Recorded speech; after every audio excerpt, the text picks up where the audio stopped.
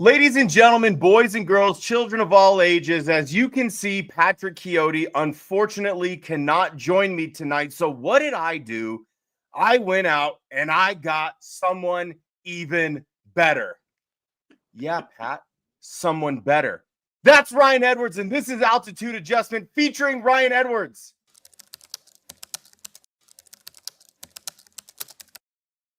Hey, feel I'm in the mood for a switch up. I hit the function, hit the rose till I hiccup. I hit the stage and leave with money that say stick up. The man that has been described as the greatest thing to ever happen to Denver sports content, Ryan Edwards, thank you so much for joining me, man. It's always such a pleasure. And I love complimenting you because it makes you so uncomfortable. But I'm not blowing smoke, man. These are all factual statements that people are saying.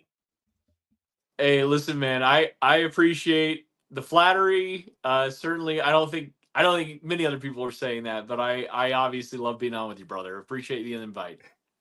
So Ryan, some kind of big news coming out of Broncos country. We're just gonna rip the Band-Aid right off, dude. Well, let me preface it by saying this.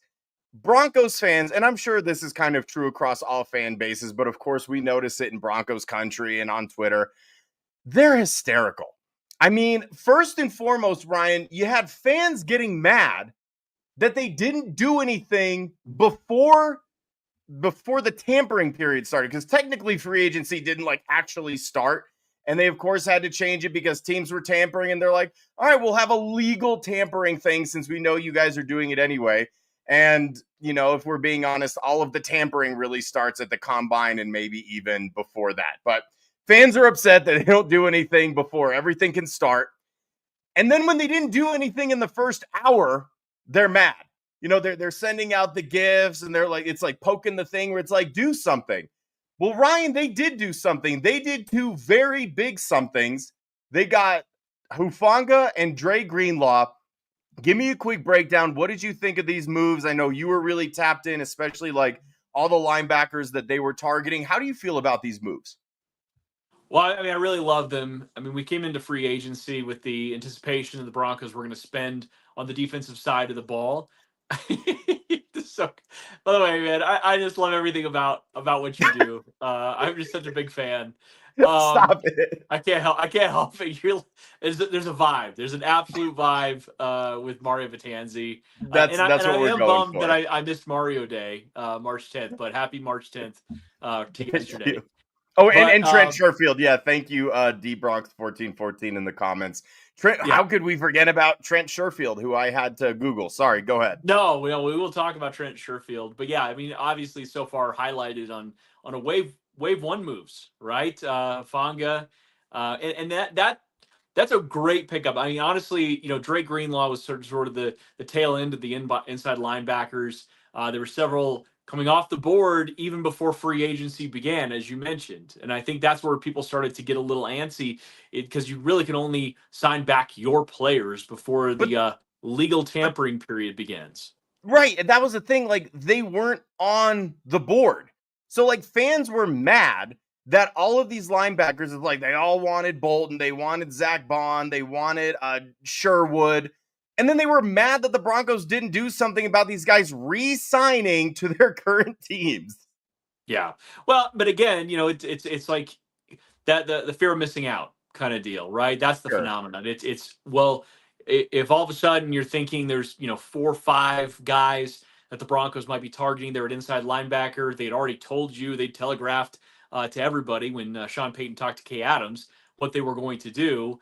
And then you're thinking, okay, well, we're getting towards the tail end of that tier of inside linebackers. And honestly, Dre Greenlaw was kind of the end of it. After that, you were getting into guys that are more depth players, maybe more the Alex Singletons of the world, right? Where it's like you're bringing him in and you're hoping a guy that was primarily a special teams player, maybe a guy that played some backup reps as an inside linebacker is ready to take the next step. But Dre Greenlaw is, I mean, he's a dude. I mean, you watch him play with the 49ers, ton of success out there before his Achilles injury. And you talk about postseason success, you're talking about postseason reps. That's the thing I really love the most about it. I talked to Dave Logan today on the show about it.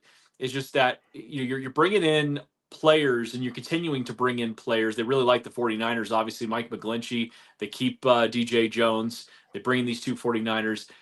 They really like these guys that have all this kind of success, not only in the regular season. They know what it's like to play on really good teams, and they know what it's like to win in the postseason.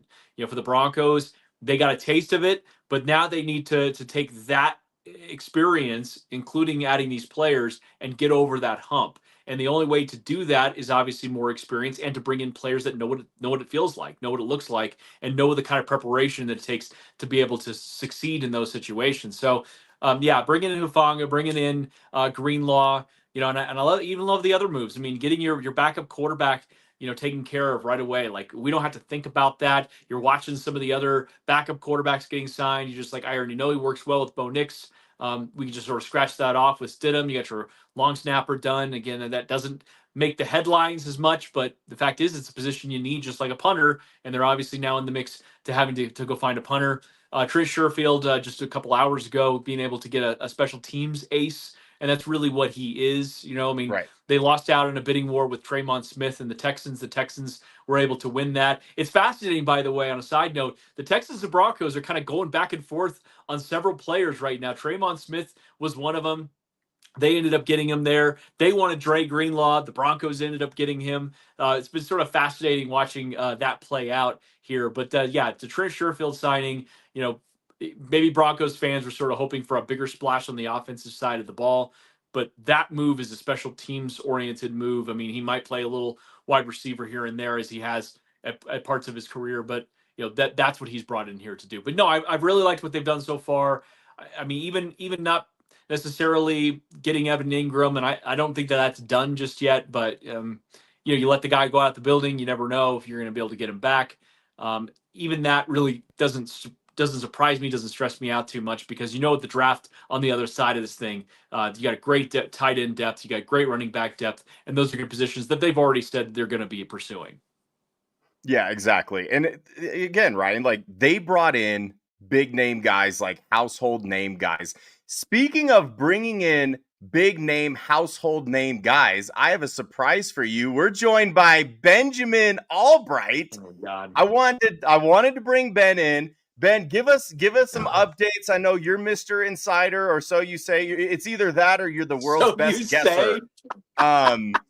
So Ben, what are you hearing right now? What I'm hearing right now is I need some cough medicine. I am absolutely doing horribly, but I stumbled upon Didn't two of ask my how former you were doing, Ben. two of my former question. co-hosts here teaming up to do a show, and I could not make it about me fast enough. So I had to get in here as quickly as possible. But you know what I noticed very quickly before you get to that? I noticed that your phone is actually working, and that's because you finally got an iPhone. I'm just going to throw that out there. But Ben, I'm really disappointed in you. Disappointed in myself, man. Honestly, though, I had an NFL offensive coordinator berate me for not having FaceTime, and that was what finally did it for me. So, like, to actually berate me on a phone call. I don't know if the show is Altitude Adjustment family friendly. No. Okay. Well, yeah, he was literally calling me a fucking dumbass for not doing it. Yeah, he was calling me a fucking dumbass for not having FaceTime when he was trying to FaceTime me. So anyway, that was what finally broke me. I finally give up the Android. As far as the Broncos go, oh, excuse me, apologize. I've loved what they've done so far, and the Sherfield thing, the fans are going to hate it because it's not, Debo Samuel or Cooper Kupp or whatever the fuck they're not really in on. But what he does and what he brings to the table allows you to move other things around. He takes offensively the role of Little Jordan Humphrey, and then on the special teams, the role of Traymon Smith. So you're getting two things for the price of one there. I love that. I mean, if you go back and look at the tape on him, that dude is a devastating blocker as a wide receiver. So I like Sherfield. Everybody knows about Greenlaw. He's a fucking stud. Huff, I like him. Nick Ferguson was big on him. But for me, I'm like, both these guys are coming off injuries, so there's a little bit of a for me there. But I'm really hoping that both these guys become the guys that they were pre-injury, and if they are, then you take a very good defense last year and turn it into a great one. Yeah, absolutely. Ben, being the insider, / luckiest guesser ever. So I say. So you say. So we've been told by you repeatedly. Do you got anything for us at all? I mean, they still have irons in the fire. There's one or two offensive things I think they're looking at and hoping to get done here in the next couple of days. One of those is at the tight end position. We'll see. The Ingram thing, again, the Ingram thing wouldn't have solved the tight end position. Ingram doesn't play in line. So that wouldn't have been the only move they made at the tight end position, if they had done that. And I would say, I think, Ryan, I heard you say that that's not completely done. I would tend to agree with that. Um, I would say it's more likely not, but I would not say it's done. There could obviously be a pivot back there. I think his estimation of his market is a little higher than what the Broncos estimated, and we'll end up seeing where that's at. But as far as that goes, there's still an offensive move or two I think they want to make, and I'm cautiously optimistic about that. I don't think it's the super sexy splash that a lot of people want, but I do think it's Sean Payton building the offense out the way he wants. And for me, I think the way to look at that is, if you have all the faith in the world at Sean Payton, then why are you worried about the big time wide receiver name or whatever else it is that you're doing? So we'll see. Excuse me. We'll see how it goes, and and go from there. Ben, you sound like shit. Go to bed. Thanks. Was that a nice surprise for you, Right. Yeah, I love Ben. He definitely needs to get some rest. He's got a little bit of Krusty the Clown thing going with his voice. I like that little parting shot at Sean Payton from Ben. He really can't help himself. No, he just can't. No. He just can't help himself. Like, man. why would you need a really good, talented wide receiver if you have Sean Payton? Okay, Ben. Yeah, no, no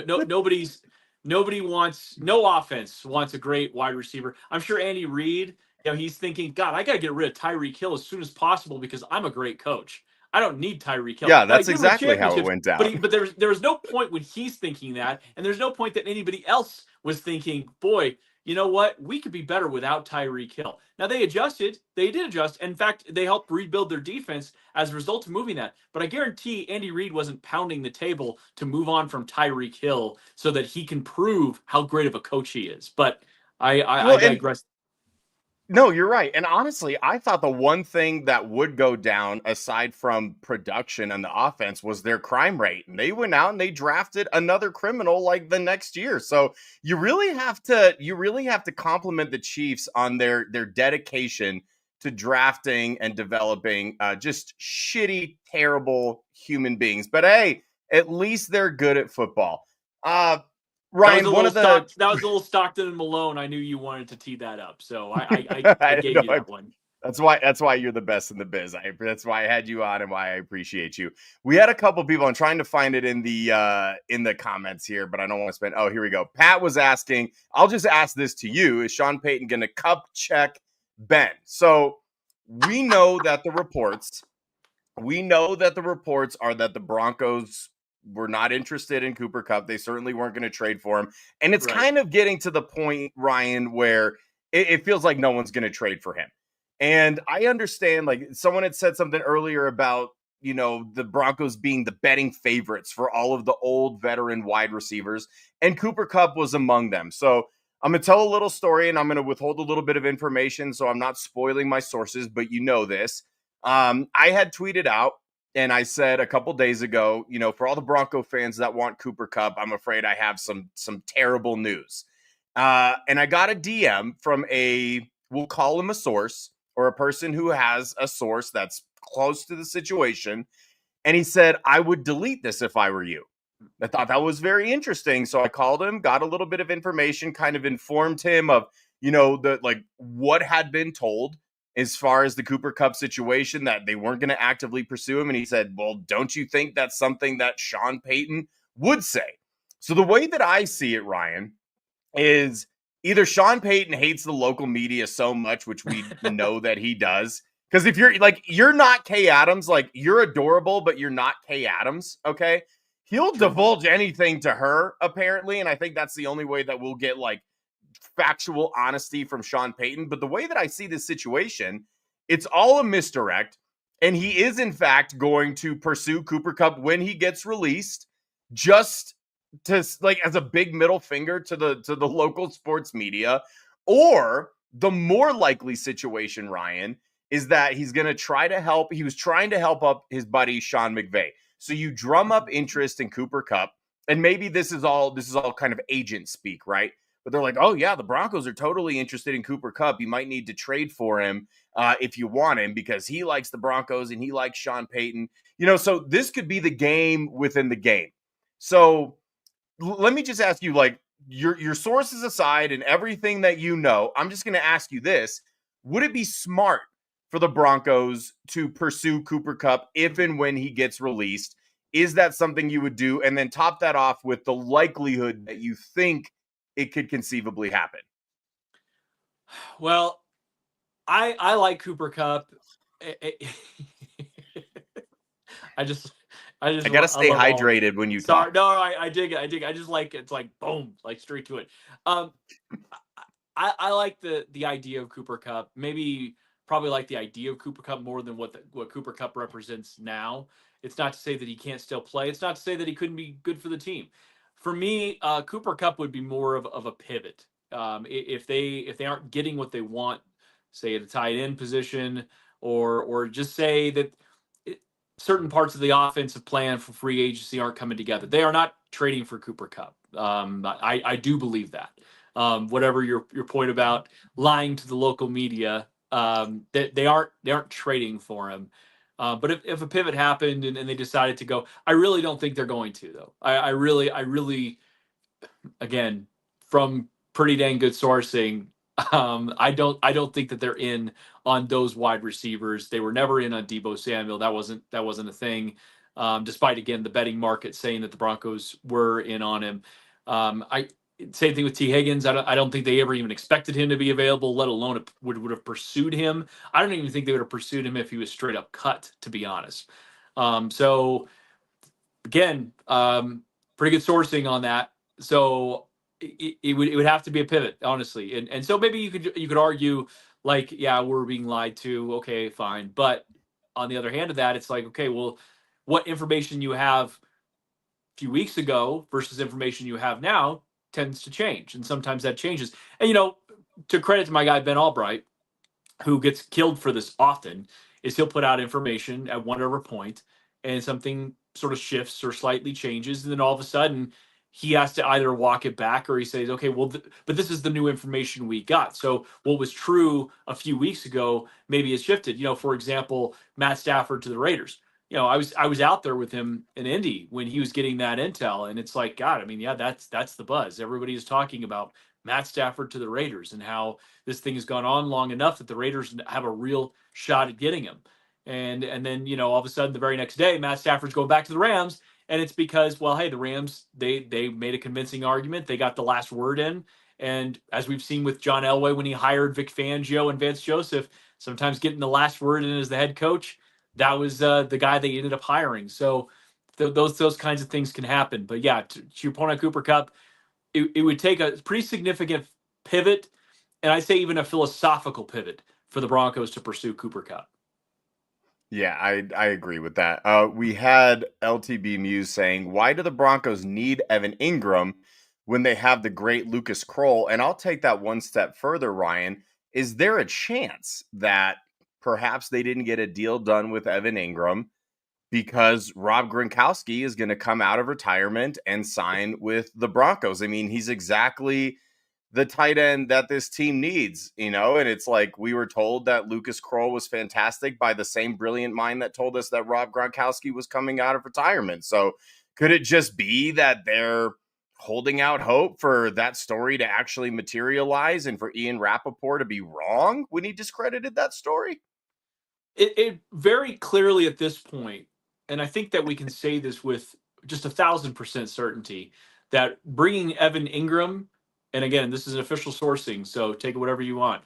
Bringing Evan Ingram in was very clearly a leverage play for Gronk. They wanted to light a fire. 100%, yeah. Wanted to light a fire under Gronk and say, listen, man, if you want to keep dragging your feet in retirement, that's fine. We're gonna see what our options are here. And again, Rob Gronkowski, future Hall of Famer, he's just as thin-skinned as anybody else, right? So he understands, like, Evan Ingram, that's a true threat to his legacy here in Denver. Now, listen, man, no, none of that's true. I love that you did that with a straight face. That was so good. I went as long as I That could. was I went as long as fantastic. I absolutely could. None of that is true. None of that is fact. None of that is substantiated. But I will say I did think personally, I did think about the Evan Ingram thing as maybe a little bit of leverage play with Juwan Johnson, and maybe okay, hey, what are you thinking? Because I personally believe Juwan Johnson was a pretty heavy target for the Broncos. It doesn't necessarily mean that they always thought he was coming here, but you can sort of tie things together, not only the relationship with the Saints, but the fact the Saints theoretically didn't have any money and don't have any money, but they continue to spend out there as if they do have money. It's wild. It's pretty easy to tie why the Broncos thought he'd be available. And really the only competition would probably be the Saints, who probably shouldn't afford Juwan Johnson, but yet they did afford him at a 3-year, $30 million contract somehow. And here we are, and again, you make that play, you make that bet. I would make that bet saying I think he's going to be coming here, and we need a tight end, and he should be available. Probably won't have a massive market, and it turns out that the one team that I think a lot of us sort of counted out was able to do it. So yeah, that was their off season is a little bit perplexing because I think they had like the least amount of money out of any other team, it's and they've more than made that. they've made a pretty aren't they like in the red? Like They if were you in have the negative red. money, like Ryan, when I was in college, I had negative money a lot, and when I would go out and try and buy something, wouldn't work. Nope. So I don't know how they're finessing it. Yeah, I think they maxed out a few credit cards, Brendan. You're right, to somehow make that happen. But they've got some work to do, Ryan, to rework their salary cap. Well, they do, and so I mean, in signing Justin Reed, they gave him a contract. They brought back Chase Young. They made a couple other smaller moves today. Once again, it doesn't make a lot of sense to me what their mindset is, but you're starting to wonder, because I think people thought, well, Sean Payton ran up the credit card and then bailed. This might be much more of a Mickey Loomis thing, and maybe that's just the culture that they brought together, Ryan, but I'm pretty sure Ben said that it was Sean Payton's fault. So I know he said per horses. per But yeah, sources. I mean that's what it's starting to look like, is like the culture of the Saints. They don't want to sell to their franchise, to the fan base, that they're even doing a reset, right? I mean, there's a hard reset, there's obviously rebuild, but there's a point when, and you kind of knew once they did that deal with Alvin Kamara last year, that's when you kind of knew. I was like, okay, they're going to be in a really bad way, and it's not just going to be this year. They're going to be paying on this thing for years to come. And the fact is, like, what are you, again, we're not on Saints radio, but what are you trying to do here? Because, you look at the rest of the division and, maybe you say we're still better than Carolina, but you're not better than Tampa Bay, for example. I don't think they're going to be better than Carolina next year either, to be perfectly honest with you. I know. And so that's why I'm like, well, what are we trying to accomplish here? What do you think? Is this all for a 9-win season and hope you scrape into the playoffs at the 7th seed? Like, okay, I mean, with Derek Carr, I don't know. I don't understand the plan, but it is what it is. So they're treading water. Gee, what's that like? Thinking that you're on the precipice of success, and instead of committing to a full rebuild, you just continue to tread water and have a draft pick somewhere in the middle of the round. Yeah, I can't imagine what that would be like for an entire decade. So, but the one thing you say though about the Broncos doing that is they didn't really have themselves in such a terrible cap situation throughout that process, because even when John Elway left the team and handed things over to George Payton, they were like number one in the NFL in salary cap space. Like, he kept them in a place that they could start shifting that thing forward. That's the thing, is like, if Mickey Loomis left this job tomorrow, what GM is going to want that gig, knowing that you're going to have to, I mean, when you say strip to the studs, I mean, you might not have a roof for 3 years. Like, I Right. mean, Yeah. it's one of those kinds of situations. So at least when John left, yeah, there was this. We're continuing to try to put this thing together. They kept changing quarterbacks. They were chasing their own tail, but at least they never got to a point where they're spending into future years chasing their own tail. So for me, it's a little bit different. Yeah, for sure. And I mean, and now the biggest difference aside from that is the Broncos finally have their quarterback, right? Thank God. And that's something that Pat and I have just like thanked and praised repeatedly, like going into this offseason, because it's the first time really since Peyton Manning retired that you feel so secure in not only your quarterback, but your head coach. And that allows for like way more flexibility. And it's like now you know how you want to structure your team. Now you know the kind of players that you want to bring in. So speaking of that last season, obviously they exceeded every single person's expectations. Have they done enough right now? So with the additions that they've made, and granted it's early, it's only a couple days into the legal tampering period. Have they done enough, Ryan, to really turn this around and go from like sneaking into the playoffs to contending for an AFC West championship again to being, a first or second or third seed and, contending for a Super Bowl? And if not, like how much more work do they need to do? Yeah, I mean, you can't say that they're there now. I mean, you still need to work in the running back room. You still need to work in the tight end room. Um, I, I think we got to see what year two of Bo Nix looks like, and that's not me, sort of riding the fence. I think it's just sophomore slumps are real. What a second year quarterback looks like versus what they were able to surprise people maybe with the rookie year. It's important. It's an important growth step, and we're going to learn a lot about Bo Nix, about who he can be from beyond this next year coming up in the 2025 season. But yeah, I mean, the running back room, that's the biggest key for me. I mean, the tight end will go back and forth and whatever they can do in free agency and otherwise. But you just got to have a more reliable player and plan with that position. And I know that there was a lot of hand wringing last year on the usage of the running backs, the constant rotations. I mean, they quite literally told you they just didn't believe in those guys. So if that's what it is, then okay.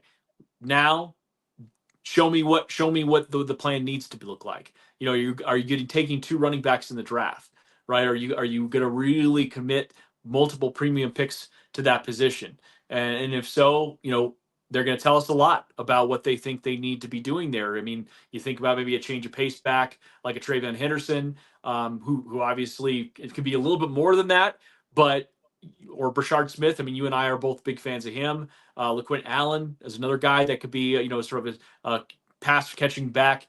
Are you going to go with, a guy, I say a sledgehammer, but you're going to go with the starting running back like Amari Hampton, Yeah. like Caleb Johnson, so that's the thing is like, I want to see the plan enacted through the draft. And then I think we can have a real conversation about how confident we can be in this team, because we always knew free agency was going to be just a piece of this entire offseason puzzle.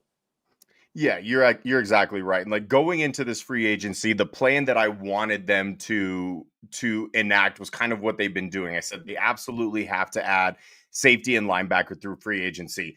It's not a terribly deep class when it comes to the safety spot and the linebacker spot in this draft class. I mean, unless you're spending a first round pick on a guy, maybe on a second round pick. And there were a lot of coaches and GMs interviewed at the combine, and they were asked the hardest position to scout in terms of how it translates to success in the NFL. And almost unanimously, like obviously aside from quarterback, they said it's linebacker and DB, like linebacker and safety and cornerback. And so that's why they had to address this in free agency in the offseason, because you know what you're getting out of Greenlaw, at least you think, as long as he's 100% healthy. You know what you're getting out of Hufanga as long as he's 100% healthy. Obviously, I know that was mentioned earlier. It's like the little bit of trepidation. And then you look on the other side of the ball, it's like, yeah, we didn't expect Ingram to be released. He was, and it's like that could be a nice piece, but it wasn't someone that the fans or anybody was fixated on. It was like mostly Juwan Johnson. But then you look at a Juwan Johnson, it's like, yeah, he's a solid tight end. He's a nice piece. He's not going to be the guy that's putting this team over the top. And it was the same with the free agency running back class. Aaron Jones is maybe the only guy that I'll hear an argument for in terms of the free agents where he could really make an exemplary difference. Like, I was never high on Najee Harris. I'm not high on Rico Dowdle.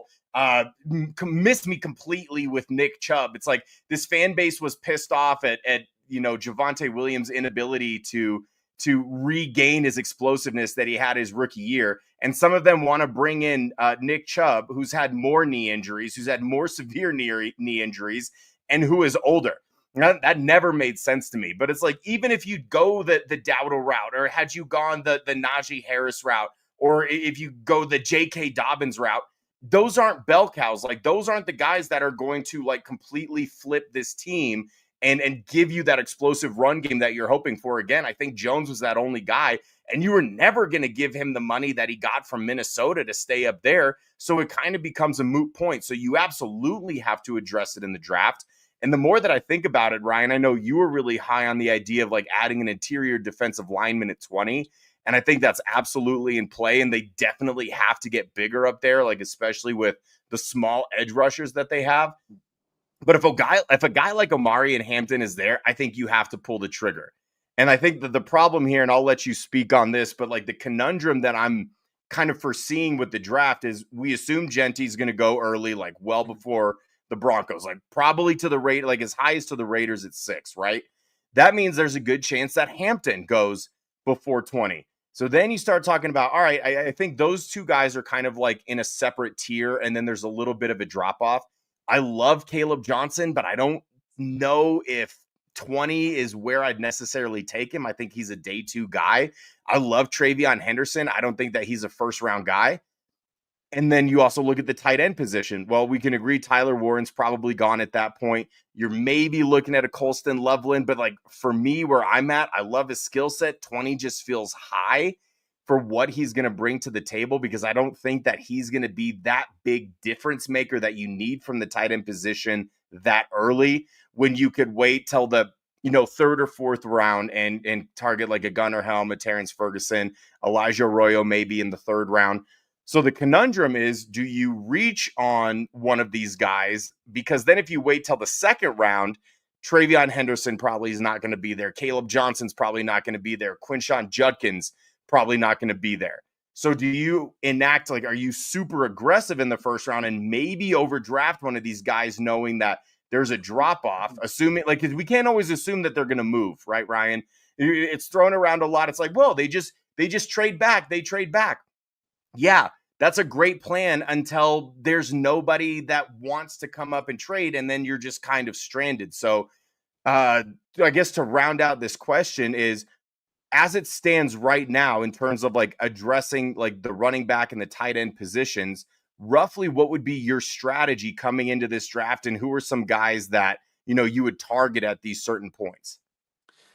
Yeah, I mean, I tend to be, leaning in a kind of a best player available conversation. I love that, and they've done this a lot. George has, but especially with Sean, they've really stuck to their board, and I respect that. I think that is the methodology. Like you put in all this work in the off season, and I wouldn't even say just off season, right? I mean, you have your scouts working throughout the college football season. You're doing all the pre-draft prep. You're getting ready for the draft. You stack your board and you stick to your board. I mean, teams that have GMs that are shooting from the hip, I often think is just such a slap in the face to the entire process.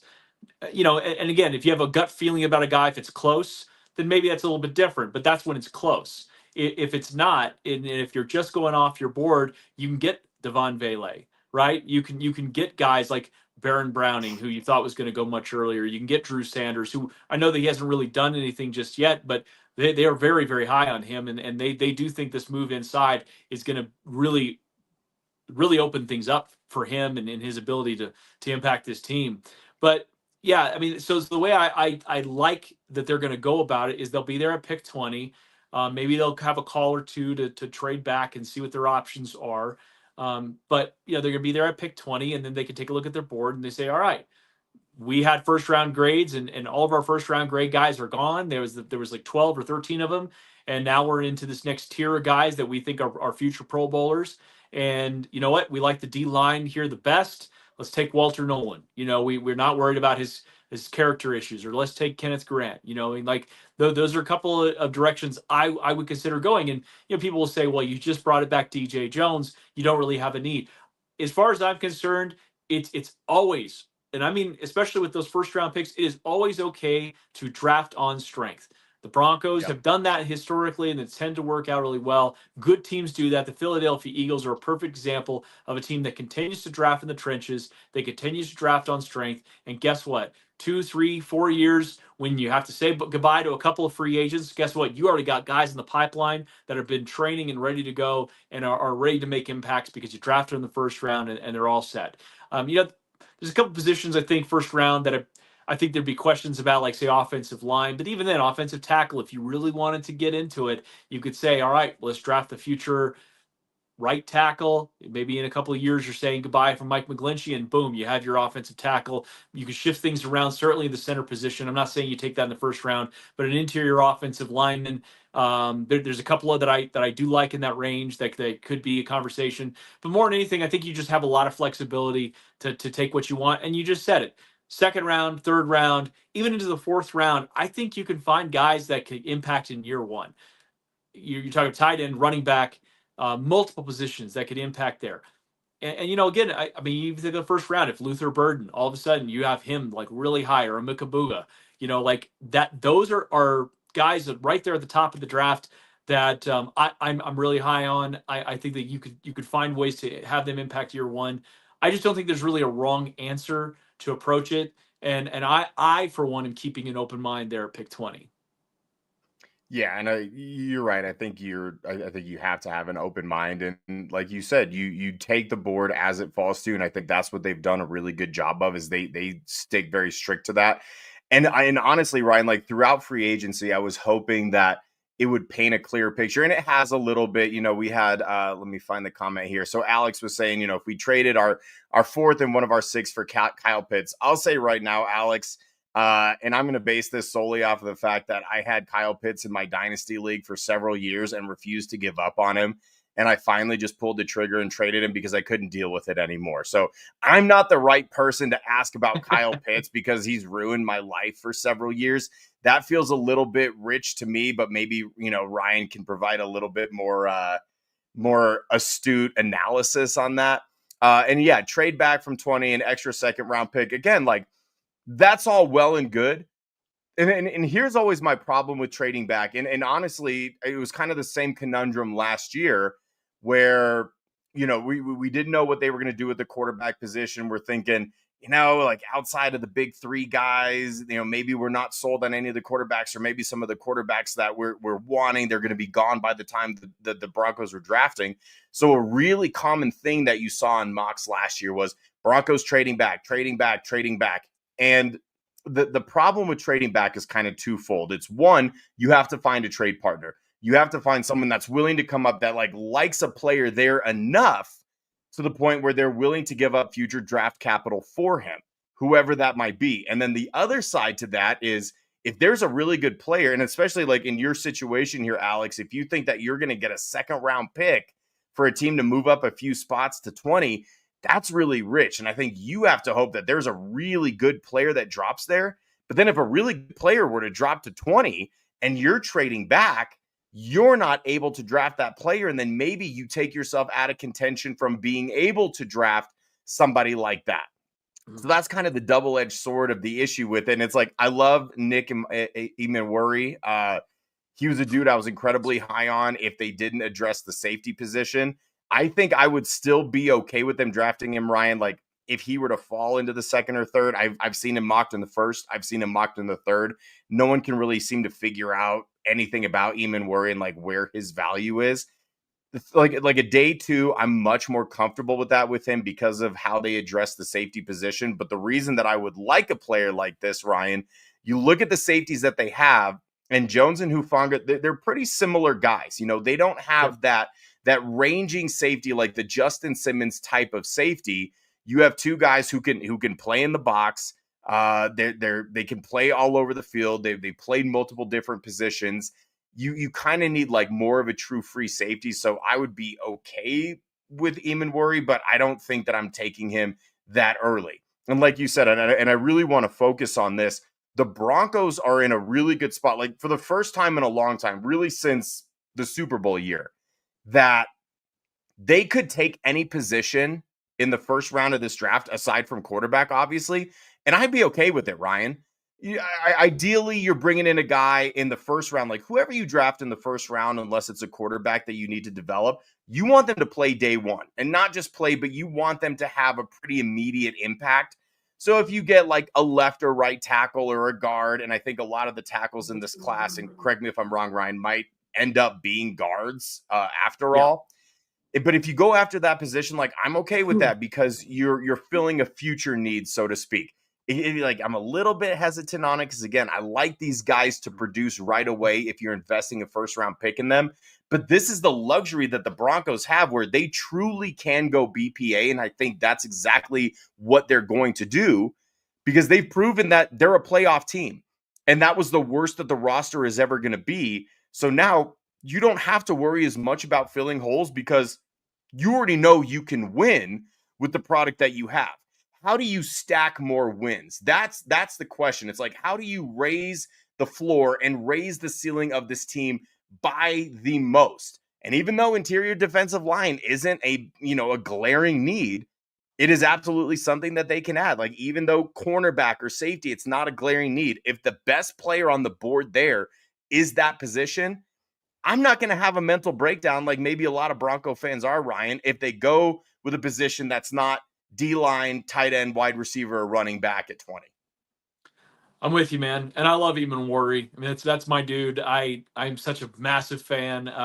And again, maybe that would have been a bigger conversation to have before the Hufanga and Greenlaw additions. I mean, that's what it kind of feels like. Like if you would have missed out on those players, maybe you prioritize that a little bit more. But once again, you just said it. I mean, Brandon Jones has got kind of one more year on this current contract. You could move to Eamon Worry as soon as next year there at safety. And yeah, there's a bit of a doubled up version. It's funny. I asked Dave Logan about that yesterday because I said, these two safeties are pretty similar, right? And he's like, the way I look at it is more from the other side of it is the different looks Vance Joseph can give offenses because you don't know who's coming and you don't know who's kind of in coverage and who's going to. He's like, I think the whole rangy free safety thing is a little bit outdated. He's like, I think safeties, the safety position has much more on it now, and more of the expectation is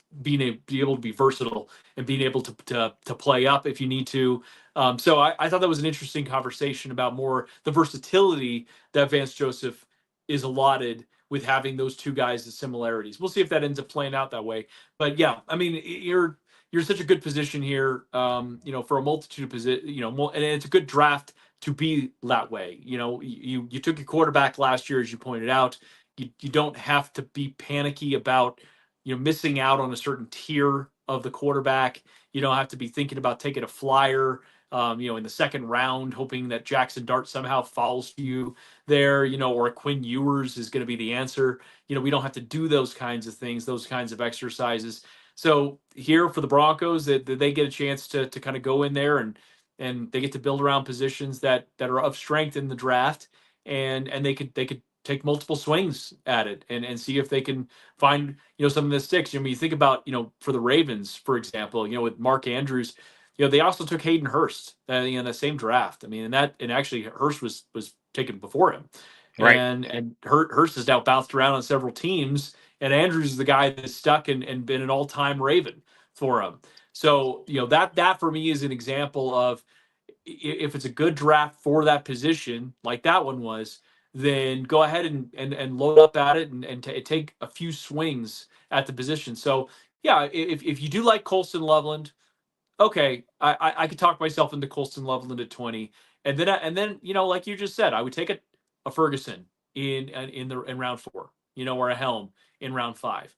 Like I would go ahead and do that. You just don't know how these guys are going to stack up, and if nothing else in their early years, they can be core special teams players for you, hopefully. Yeah, absolutely. Ryan, before I get you out of here, I would be remiss if I didn't have the greatest thing to ever happen to Denver sports media participate in what people are calling the greatest segment in Denver sports media history. Ryan, get ready to be bricked up.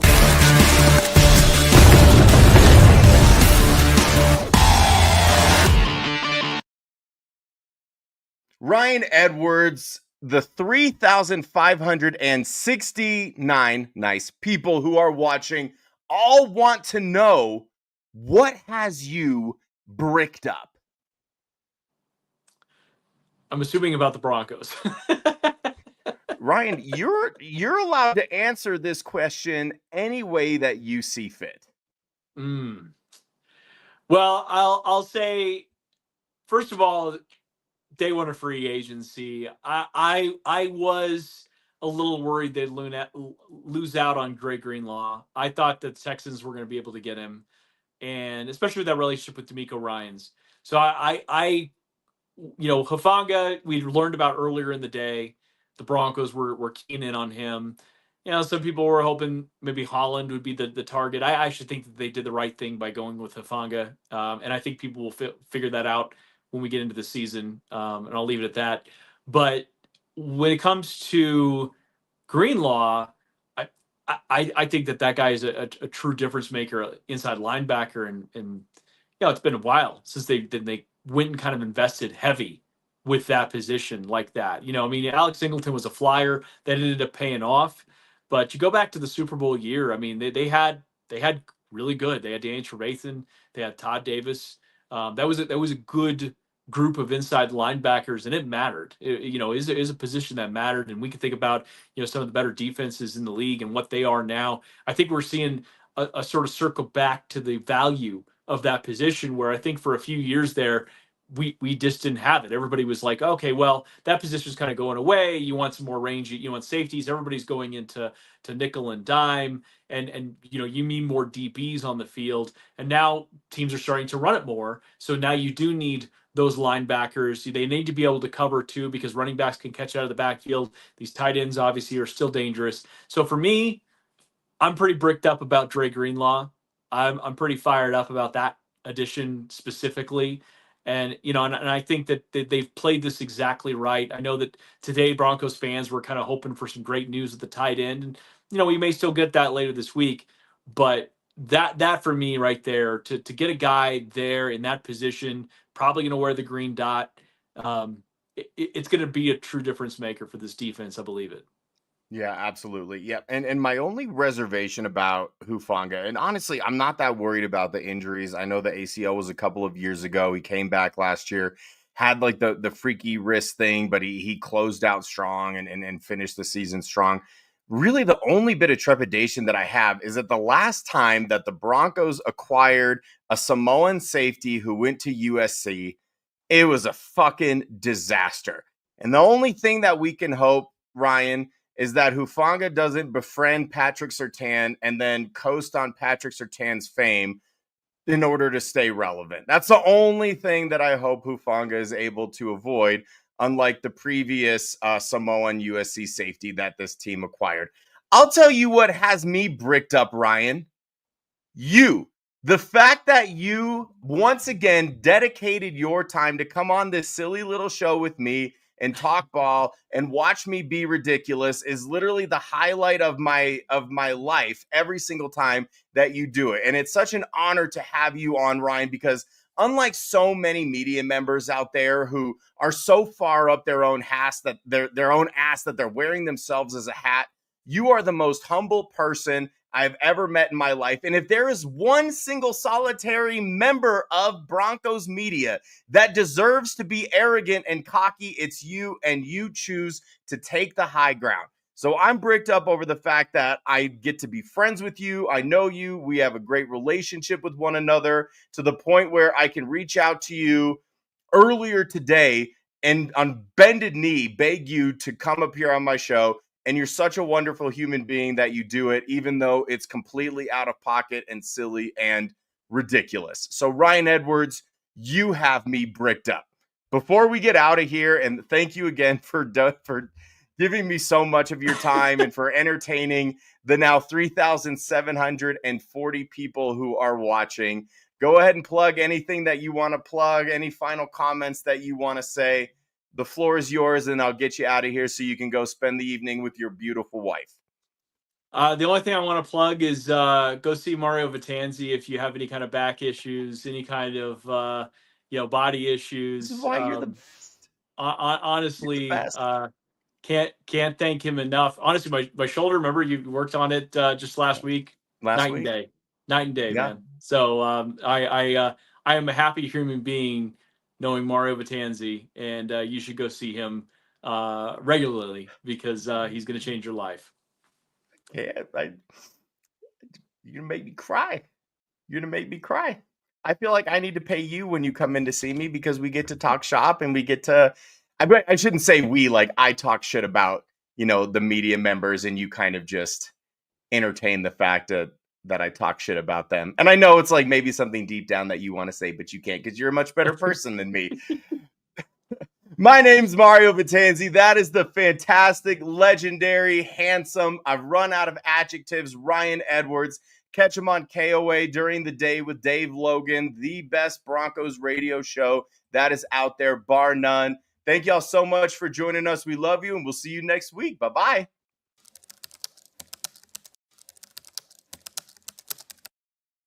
Hey, feel I'm in the mood for a switch up. I hit the function, hit the rose till I hiccup. I hit the stage and